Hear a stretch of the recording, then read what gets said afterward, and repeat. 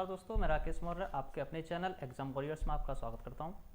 और जैसे कि आपकी पिछली क्लास चल रही थी हमारी पीरियोडिक टेबल के बारे में, तो पीरियोडिक टेबल के बारे में मैंने आपको पिछली क्लास में आपको ये समझाया था कि जो इसकी हिस्ट्री है, कौन से वैज्ञानिक आए थे और उन्होंने अपना क्या क्या अपने मत दिए थे। जैसे कि सबसे पहले हमारे कौन आए थे, डोवेनियर साहब आए थे, जिन्होंने अपना क्या दिया था, त्रिक नियम दिया था। फिर उसके बाद न्यूलैंड आए थे, न्यूलैंड अपना अष्टक नियम दिया था। फिर इसके बाद आए थे मेंडलीफ, फिर मेंडलीफ ने अपने परमाणु भारों के अनुसार उनको क्रमबद्ध सजाया था, जो कि काफ़ी हद तक सक्सेसफुल रहा था। और उसके बाद हमारे कौन आए थे, मोज़ले साहब, जिन्होंने परमाणु क्रमांक के आधार पर उनके न्यूट्रॉनों की संख्या, इलेक्ट्रॉनों की संख्या प्रत्येक प्रकार से उन्हें व्यवस्थित कर दिया, जो कि सक्सेसफुल रहा था। ठीक है। और अभी क्वेश्चन पूछा भी जाता है कि जो आधुनिक आवर्त सारणी के पिता हैं वो किसे कहा जाता है, तो किसको कहा जाता है, वो मोज़ले को कहा जाता है। ठीक है। तो एक बार मैं दोबारा बोल देता हूँ कि जो हमारे डोवेनियर साहब थे, डोवेनियर सर, इन्होंने क्या दिया था, त्रिक नियम दिया था। और त्रिक नियम में ये समझाया था, इन्होंने त्रिक नियम में क्या समझाया था कि मान लो कि तीन एलिमेंट इस प्रकार से लिए जाएं, तीन एलिमेंट इस प्रकार से लिए जाएं कि एक सबसे छोटा, फिर उससे बड़ा, फिर उससे बड़ा। फिर इनके नियम इस प्रकार से होंगे कि इनका भार इन दोनों के भार का औसत भार वाला मिडिल का होगा, दोनों के औसत भार वाला मिडिल एलिमेंट होगा। मगर ऐसा लास्ट तक ले जाना बहुत ही असंभव वाली बात हो गई थी। कुछ एक आध दो एलिमेंट में, तीन चार एलिमेंट्स में ये तो सूटेबल्स बैठा था। मान लो कुछ ज़्यादा भार वाला मिला, उसका उससे बीच वाला नहीं मिल पाया, तो वहीं से उनकी आवर्त सारणी क्या हो गई, फेल हो गई थी। ठीक है। तो यहाँ पर क्या था, बस इतना पूछा जाता है कि डोवेनियर ने कौन से नियम दिया, या फिर ये पूछा जाता है कि सबसे पहले जो त्रिक नियम दिया था वो किसने दिया था, डोवेनियर ने दिया था। ठीक है। उसके बाद कौन आए थे, नंबर 2 डोवेनियर साहब आए थे। डोवेनियर के बाद आए थे हमारे कौन, न्यूलैंड साहब। अब न्यूलैंड ने क्या दिया था, इन्होंने एक अष्टक नियम दिया था। मैं इसको पिछली क्लास में पढ़ा चुका हूँ। ठीक है। न्यूलैंड ने अष्टक नियम दिया था, और न्यूलैंड ने अष्टक नियम के बाद जो अष्टक नियम दिया था, ये पूछा था, बस अधिकतर क्वेश्चन ये था कि अष्टक नियम किसने दिया था। ठीक है। अब न्यूलैंड का जो अष्टक नियम था वो, उसमें यह बताया गया था कि जो प्रत्येक आठवां तत्व, यानी कि पहले एलिमेंट के बाद जो आठवां तत्व आएगा, उसके पहले एलिमेंट के अनुसार उसकी सारी की सारी प्रॉपर्टीज़ क्या होंगी, वो सेम होंगी। ठीक है। मगर ऐसा हुआ मगर एक तत्व आया कैल्शियम। कौन सा तत्व आया, कैल्शियम। मगर कैल्शियम के आगे आने के बाद जो भी एलिमेंट्स आए, वो इस कैल्शियम ने सारी की सारी प्रॉपर्टीज़ को क्या कर दिया, फेल कर दिया। और यहाँ से न्यूलैंड का अष्टक नियम भी क्या हो गया, फेल हो गया। बहुत ज़्यादा क्वेश्चन बना है कि जो अष्टक नियम फेल हुआ था, वो कौन से एलिमेंट के बाद हुआ था, तो वो हुआ था कैल्शियम के बाद। किसके बाद हुआ था, कैल्शियम के बाद। ठीक है। उसके बाद कौन आए थे, हमारे मेंडलीफ आए थे। और मेंडलीफ ने क्या किया था, इन्होंने परमाणु भारों के अनुसार क्रमागत सजाया था, जिसमें कि उनके उस समय आवर्तों की संख्या जो रही थी, वो पीरियड जो रहे थे, पीरियड हमारे कितने रहे थे, 7 रहे थे, और वर्ग जो रहे थे हमारे वो भी हमारे 9 रहे थे। ठीक है। मगर एक बात और बताइएगा, मगर जो उसमें एलिमेंट तो सजाया था, मगर अब के अनुसार जो अब मोज़ले ने, जो उसके बाद मेंडलीफ की फेल होने के बाद उन्होंने फिर क्या दिया था, मोज़ले आए थे, मोज़ले ने अपना नियम दिया था। और मोज़ले ने अपना नियम देने के बाद उसने कितने आवर्त की संख्या, आवर्त तो 7 ही रहे थे, पीरियड कितने रहते, 7 ही रहे थे, मगर उसमें वर्गों की संख्या बढ़ करके कितनी हो गई, 18 हो गई। मगर एक बात और बताओ, जब वर्गों की संख्या 18 तो हो गई, मगर 18 वर्ग जब ही तो हो गए जब वो एलिमेंट आए होंगे। और जब बहुत सारे एलिमेंट हो गए, अब मान लो आपको पता होगा जो खड़े स्तंभ होते हैं, स्तंभ, इनको बोलते हैं हम क्या, वर्ग। ठीक है। ये स्तंभ जो होते हैं, और जिस प्रकार से जो आवर्त बने होते हैं, इनको बोलते हैं वर्ग, सॉरी आवर्त, यानी कि पीरियड। ठीक है। अब आवर्तों की संख्या कितनी थी, 7 थी, वर्गों की संख्या कितनी थी, 18 थी। ठीक है। चलो, इसके बारे में मैं आपको बता चुका हूं कि कौन कौन से एलिमेंट इसमें सजाए गए थे, किस प्रकार से एलिमेंट को सजाया गया था। ठीक है। और कितने एलिमेंट धातु हैं, कितने एलिमेंट अधातु हैं। ठीक है। और टोटल एलिमेंट्स कितने, ये सारी चीज़ हम पिछली क्लास में कर चुके हैं। अगर ठीक है, जिस किसी ने अभी क्लास नहीं देखी है वो पिछली क्लास को जाकर के देख सकता है। ठीक है। और इतना करना कि आप जो क्लास देखते हैं उसमें आप किसी चैनल को सब्सक्राइब नहीं करते हैं, चैनल को सब्सक्राइब जरूर कर दें। ठीक है। आज हम बताने वाले हैं कि जितने भी, मान लो हमने 118 एलिमेंट्स का हमने उसमें व्यवस्थीकरण करके बताया था कि 118 एलिमेंट्स हमारे पीरियोडिक टेबल में इसमें व्यवस्थित हैं। मगर 118 एलिमेंट्स हैं, तो उसके ब्लॉक्स की बांटने की जरूरत क्यों पड़ी थी, क्योंकि आप जानते हैं कि इसमें कितने ब्लॉक्स बटे हुए हैं, 4 ब्लॉक हैं। कौन कौन से हैं, S block, P block, T block और एफ ब्लॉक। अब S block, P block, D block और एफ ब्लॉक क्यों कहे गए इनके लिए। ठीक है। और इनको रखने की कारण क्या थे, एक बार बताइएगा। आपने एक वैज्ञानिक का नाम सुना होगा, आपने 9th क्लास में या 10th क्लास में सुना होगा, एक अबाहू थे, फर्स्ट ईयर में भी है। आबाहु थे, आबाहु ने एक बात बताया था कि जो एलिमेंट है वो एलिमेंट का कोई भी गुण जब भी बता सकते हैं जबकि उसके इलेक्ट्रॉनों का व्यवस्थीकरण सही से हो पाए। ठीक है, इलेक्ट्रॉनों का व्यवस्थीकरण सही से हो पाए, क्योंकि उसका इलेक्ट्रॉन ही बताएगा कि कौन सी कक्षा में कितने इलेक्ट्रॉन बहने और वो कहाँ जाकर के कौन सी प्रॉपर्टीज को शो करेगा। बाकी के तो ये वर्ग बने हुए हैं, और वर्ग और आवर्त जो बने हुए हैं वो अपने क्रमागत व्यवस्थित रूप से हैं। जाहिर सी बात है, ये किसने किया था? मोजले ने किया था। मोजले ने अपने इलेक्ट्रॉन के आधार पर, इलेक्ट्रॉनों की संख्या के आधार पर, परमाणु क्रमांक के आधार पर उन्हें व्यवस्थित तो कर दिया, और उनका एक कारण भी रहा था क्या, कि उनको ब्लॉक में बांटा था। जो सेल थे उनको बांटा था, कैसे कैसे बांटा था कि जो S block, P block, D block और एफ ब्लॉक थे, इसमें इलेक्ट्रॉनों को किस प्रकार से भरा जाता था। जैसे कि हम जानते हैं कि 4 ब्लॉकों की संख्या जो थी वो 4 थी, एस, पी, डी और एफ, ये 4 ब्लॉक हुआ करते थे। अब जानते हैं कि एस में इलेक्ट्रॉनों की संख्या जो होगी, इलेक्ट्रॉनों की संख्या जो होगी वो 2 होगी, पी में 6 होगी, डी में 10 होगी, एफ में 14 होगी। ठीक है, ये बात आपको पता होना चाहिए। एस में मैक्सिमम इलेक्ट्रॉनों की संख्या 2, पी में मैक्सिमम इलेक्ट्रॉनों की संख्या 6, डी में मैक्सिमम इलेक्ट्रॉनों की संख्या 10 और एफ में मैक्सिमम इलेक्ट्रॉनों की संख्या कितनी होती है? 14 होती है। ठीक है, एक बात और कि इनको कक्षक भी होता है। इनके कक्षक किस प्रकार से बने होते हैं? ठीक है, एस में कक्षक की संख्या होती है 1, पी में कक्षक की संख्या होती है 3, ठीक है, डी में कक्षकों की संख्या होती है 5, 1 2 3 4 5, ठीक है, और एफ में जो कक्षकों की संख्या होती है वो होती है 7, 1 2 3 4 5 6 7, 1 2 3 4 5 6 7, ठीक है। अब एक बात और ध्यान रखना कि जो इसमें एक कक्षक में 2 इलेक्ट्रॉन भरे जाते हैं। कितने? एक कक्षक में 2 इलेक्ट्रॉन भरे जाते हैं। जाहिर सी बात है, जब एस में एक कक्षक उसमें 2 इलेक्ट्रॉन, मैक्सिमम एक कक्षक में मैक्सिमम, वो भी इसकी क्वांटम संख्या जो होती है, एक चक्रण संख्या होती है, क्या कहते हैं, एक धनात्मक एक ऋणात्मक, वो आगे की क्लास में समझेंगे किस प्रकार से व्यवस्थित करते हैं। ठीक है, तो अगर एस में हम मैक्सिमम कितने इलेक्ट्रॉन भर सकते हैं? 2, पी में हम कितने मैक्सिमम भर सकते हैं? 6, कक्षक कितने होते हैं? 3। इसमें क्वेश्चन कई डिफरेंट तरीके से बन जाता है। डी में कितने होता है? 5 कक्षक होते हैं, जबकि उसमें इलेक्ट्रॉन 10 भर सकते हैं। एफ में 7 कक्षक होती हैं और इलेक्ट्रॉन किसमें भर सकते हैं? 14 इलेक्ट्रॉन भर सकते हैं। एक, ठीक है। अब इनको इलेक्ट्रॉनों को भरना, भाई कब कौन सी कक्षा में इलेक्ट्रॉन पहुंचेगा? जब हम किसी इलेक्ट्रॉनों का, किसी एलिमेंट्स के इलेक्ट्रॉनों का व्यवस्थीकरण क्रमागत करते हैं। तो जो हमारा नियम है, क्या अबाउ ने एक नियम दिया था कि जब हम इलेक्ट्रॉनों को भरते भरते भरते जिस कक्षा में जाके हम कूदेंगे, जिस कक्षा में जाके हम गिरेंगे, ठीक है, वही कक्षा क्या कहलाएगी हमारी? वही उसी ब्लॉक का एलिमेंट कहलाएगा। वही कक्षा जो जिस इलेक्ट्रॉन जा रहा है वहीं पर जाकर के हमारा उसी ब्लॉक का एलिमेंट कहलाएगा। अब वो कैसा हुआ था, अबाउ ने किस प्रकार से व्यवस्थित किया, उस बात को समझते। देखो, इसमें हमारे S block, P block, D block और एफ ब्लॉक, हमने सभी चारों प्रकार के एलिमेंट्स को लिख लिया है, ब्लॉक को लिख लिया है। ठीक है, अब उसमें क्रमागत क्या होता है? हमारे जब 7 आवर्त होते हैं तो 7 आवर्त को इस प्रकार से लिखेंगे। ठीक है, अब इनको ये आबाहु का नियम कहलाता है। ठीक है, आबाहु ने क्या करा था? इन इलेक्ट्रॉनों को भरना समझाया था। कैसे भरना समझाया था? इनको क्या करते हैं, ध्यान रखना, जब इस प्रकार से हम क्रम को लिखते हैं, क्रमागत तरीके से लिखते हैं, और क्रमागत तरीके से लिखने के बाद इसको इस प्रकार से काट देते हैं। ठीक है, इस प्रकार से हम इनको काट देते हैं। ठीक है, और हमेशा ध्यान रखना, इस प्रकार से काटने के बाद इनको जो लिखते हैं वो ऊपर से लिखते हैं। कहाँ से लिखते हैं? ऊपर से। ये जिस प्रकार से मैं तीर एरो बना रहा हूं, ये ठीक है, ये एरो बना रहा हूं। अब क्या करते हैं कि सबसे पहले जब भी इलेक्ट्रॉनों को भरना शुरू करते हैं तो इलेक्ट्रॉनों को भरना सबसे पहले यहां से करते हैं। कहां से? यहां से। और सबसे पहले कौन आता है? एस। अब एक बात ध्यान रखना, कभी भी ऐसा मत करना कि यहां से चले आए फिर यहां से दोबारा भरना शुरू कर दो ना। यहां से जाने के बाद पीछे की ओर जाते हैं, फिर दोबारा शुरू से यहां से करते हैं, यहां से आने के बाद फिर पीछे की ओर जाते हैं, फिर यहां से भरना शुरू करते हैं। ठीक है, जैसे कि मैं बता देता हूं क्रमागत क्या होता है कि सबसे पहले क्या होगा? 1s2, उसके बाद कौन आएगा?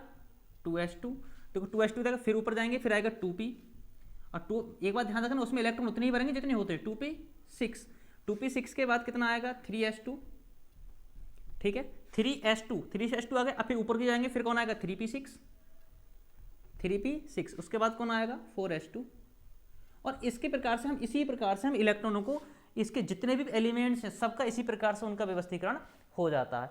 फॉर एग्जाम्पल, मान लो कोई भी एलिमेंट है, जैसे कि मान लो सोडियम है, सोडियम का परमाणु क्रमांक जो होता है वो 11 होता है। कितना होता है? 11 होता है।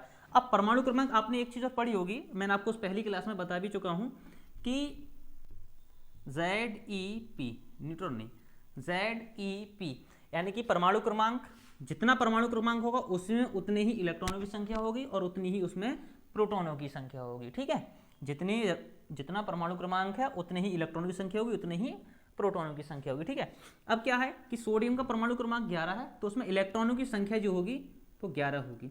अब इलेक्ट्रॉनों की 11 संख्या होगी। अब यहाँ ध्यान से समझने की बात है कि जब मैं इसका व्यवस्थीकरण करता हूँ तो ये होता है, देखो क्या होगा, 1s2 2s2 2p6 3s2। Electron गिन लेते हैं कितने हो गए, 2 और 2 4 6 10 10 2 12 हो गए।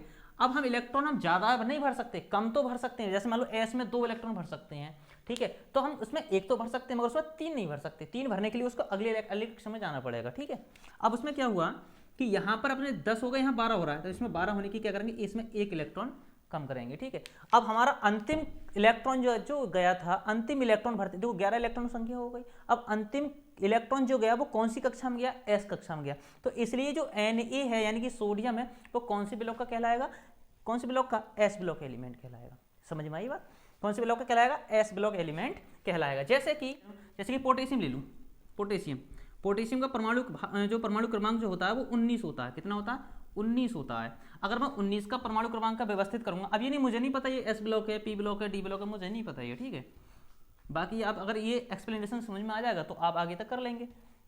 अब देखो इसमें करता हूँ तो ये आएगा 1s2 2s2 2p6 3s2, उसके बाद कौन आएगा 3p6, उसके बाद कौन आएगा 4s2। इसमें गिन लेते हैं क्या, 19 हो गए क्या, देखो ध्यान हो गए, 2 2 4 6 10 2 12 12 6 18 18 और 2 20, करना कितना 19। इसमें एक ज़्यादा पहुँच गई, इसमें एक कम करेंगे।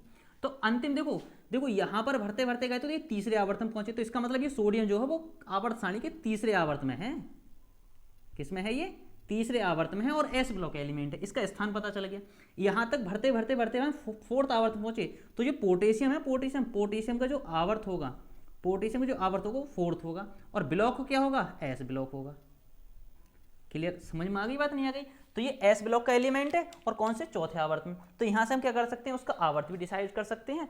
ठीक है, और उसका हम क्या कर सकते हैं, उसका आवर्त और उसका ब्लॉक हम दोनों पता कर सकते हैं। ठीक है, ये तो रही हमारी एस ब्लॉक की बात। अब हम P block, D block, F block क्या होते हैं, इनके बारे में चर्चा करेंगे। पहले एस ब्लॉक के बारे में समझ लेते हैं। ठीक है, देखो एक बात ध्यान रखना, अगर आपको आपबाहु का नियम आता है, तो आप किसी का भी व्यवस्थीकरण कर सकते हैं। बस छोटी सी चेंजिंग होती है पी ब्लॉक में जाकर के, डी ब्लॉक में जाकर के और एफ ब्लॉक में जाकर के, और चेंजिंग कुछ नहीं होती, सिर्फ ज़्यादातर होती है डी ब्लॉक में जाकर के। ठीक है, तो सेम रूल एस ब्लॉक का, सेम रूल पी ब्लॉक का। ठीक है, अब इनको इलेक्ट्रॉनों को सजाएंगे कैसे, उसकी चर्चा करते हैं।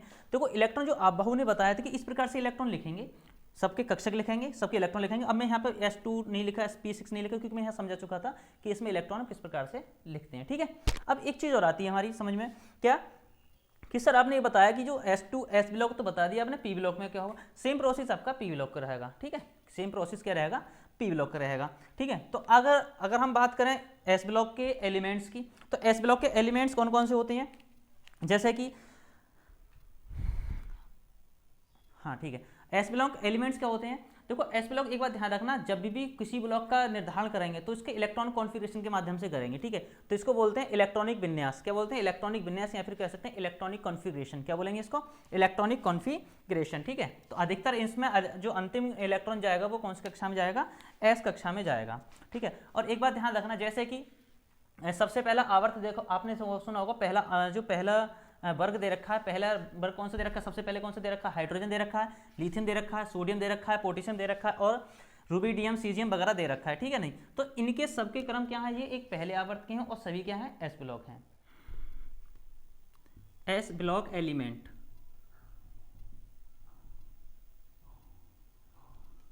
S block element, S block element की खासियत क्या होती है, एस ब्लॉक एलिमेंट की खासियत क्या होती है। सबसे पहली बात कि ये सभी क्या होते हैं, क्षारीय होते हैं। ये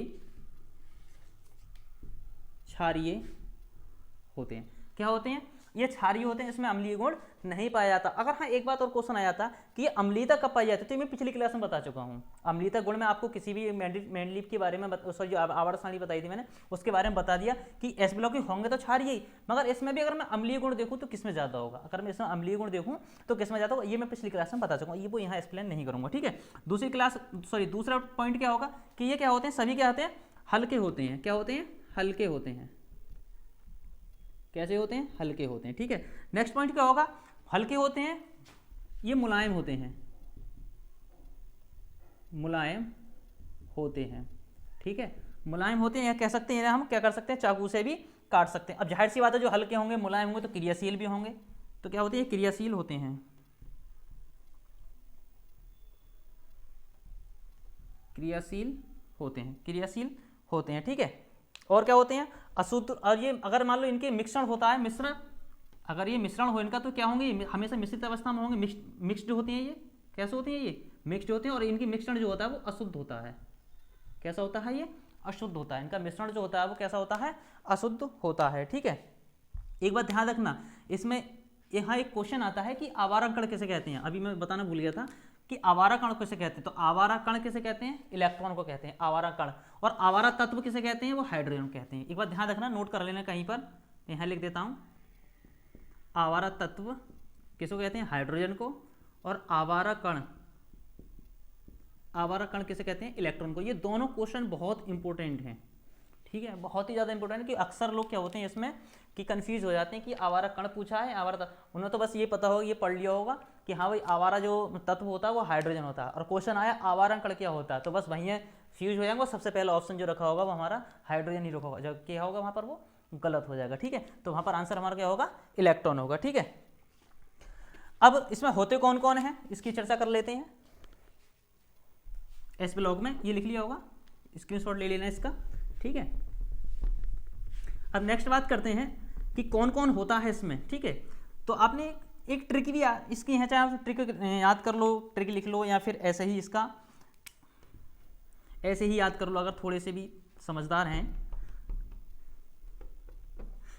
अगर थोड़ी सी भी समझ रखते हैं तो इसको ऐसे ही याद कर लेंगे, कोई ट्रिक बनाने की इसकी ज़रूरत नहीं है, ठीक है।